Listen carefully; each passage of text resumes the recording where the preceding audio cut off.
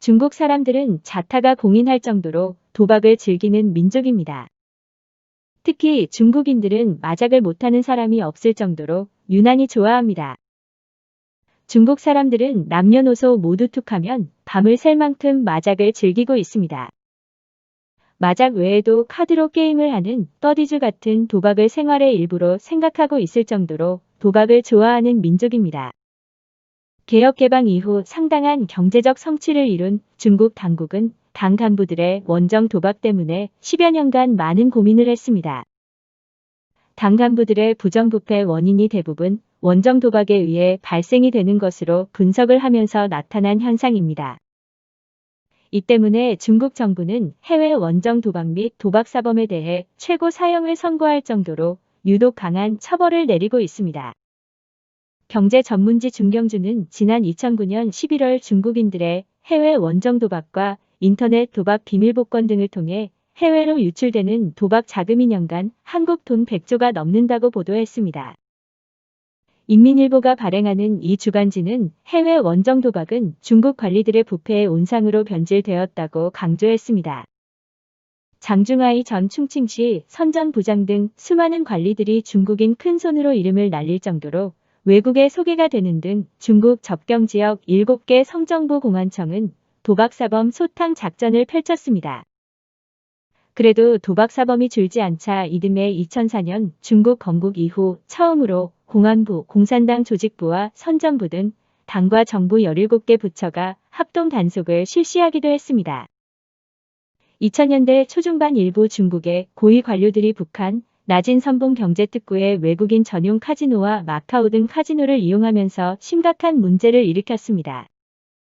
관료들은 게임에 필요한 돈을 공금 횡령 등 모두 부정한 방법으로 조달했기 때문입니다. 강원랜드는 지난 2005년 내국인 돈만 턴다는 비난을 덜기 위해 처음으로 동남아로 눈을 돌렸습니다. 동남아의 큰손 고객 유치를 통해 외국인 고객 유치에 대한 실적을 홍보하고 싶었습니다. 홍콩과 말레이시아, 인도네시아, 태국, 싱가포르 등 동남아 화교가 그 대상이었습니다. 그러나 외국인 그것도 화교 등 큰손 유치는 홍콩 등 동남아 외국 지사도 없고 강원랜드의 전문 인력도 받쳐주지 못해 아무런 성과를 내지 못했습니다. 이런 상황으로 이어지다가 2005년 9월 초 홍콩의 한국인 에이전시 김장수와 선이 닿았습니다. 홍콩에 거주하는 김 씨는 강원랜드의 중국인이나 동남아, 화교 등 큰손을 연결해주면서 게임머니의 일정 비율에 따라 급여는 없고 수수료만 강원랜드에서 받는 조건으로 계약을 체결했습니다. 에이전시 김 씨는 자신의 인맥을 총동원해 9월 하순 중국인 사업가 일행의 강원랜드급 방문 계약을 성사시켰습니다.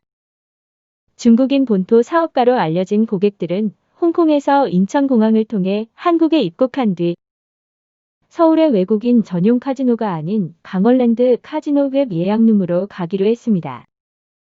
강원랜드 전직 임원의 회고.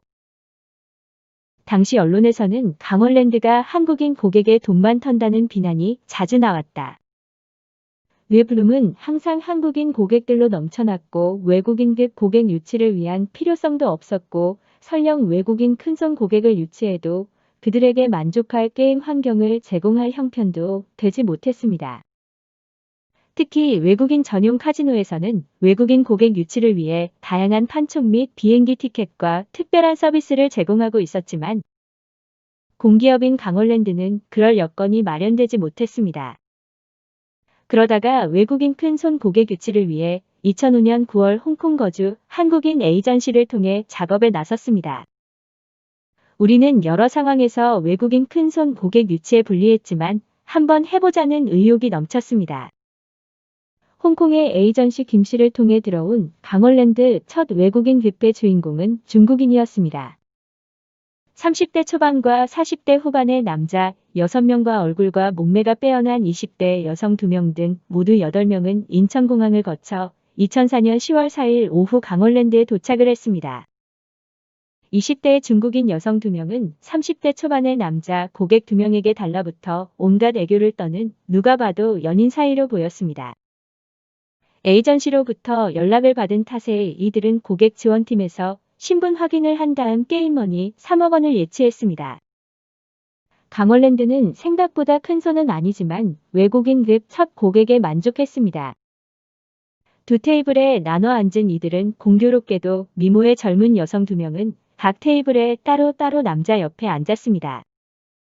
새로 사귄 연인처럼 남자에게 밀착해 앉은 여성은 게임을 관전하는 모습을 보이다가 남자의 상의 내부 점퍼 주머니에 손이 들어가는 모습이 순식간에 이루어졌습니다.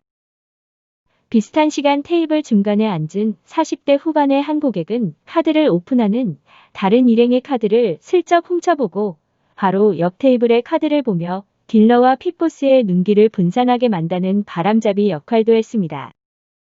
또 중국인 남자 갬블러가 카드를 오픈하는 사이 바짝 붙어 앉은 여성의 소매에 남자의 손이 순식간에 연결됐습니다. 게임을 진행하는 딜러나 뒤에서 이를 지켜보던 플로퍼슨이나 캣츠에도 알아차릴 수가 없었습니다. 30대 초반의 남자 고객은 카드를 손에 잡고 오픈하는 자세나 손동작이 바람처럼 빠르고 민첩했습니다. 특히 카드를 오픈하는 고객은 한쪽 손을 테이블 바닥에 밀착시키고 다른 손으로 딜러가 건넨 카드를 가져오는 동시에 옆에 앉은 여성의 손이 남자 고객의 테이블 바닥에 고정된 손으로 카드를 밀어넣은 동작이 순식간에 진행되고 있었습니다. 물론 이런 장면을 처음 목격하는 딜러가 애인의 배팅이 승리하도록 기원하는 일종의 제스처로 생각했지 사기 게임이라고는 상상도 못했습니다.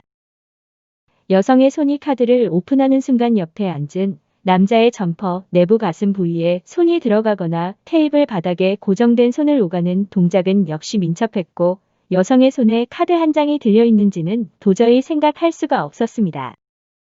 당시 여성의 지나친 행동은 친밀한 사이의 남녀가 게임을 하면서 과도한 애정 행각을 펼치는 것으로 볼 수도 있고 아니면 남자가 게임에서 이기도록 기원하는 행위로 생각할 수 있었습니다. 문제는 이들의 게임 결과였습니다. 이들이 플레이어나 뱅커에 베팅하는 족족 승리를 했습니다.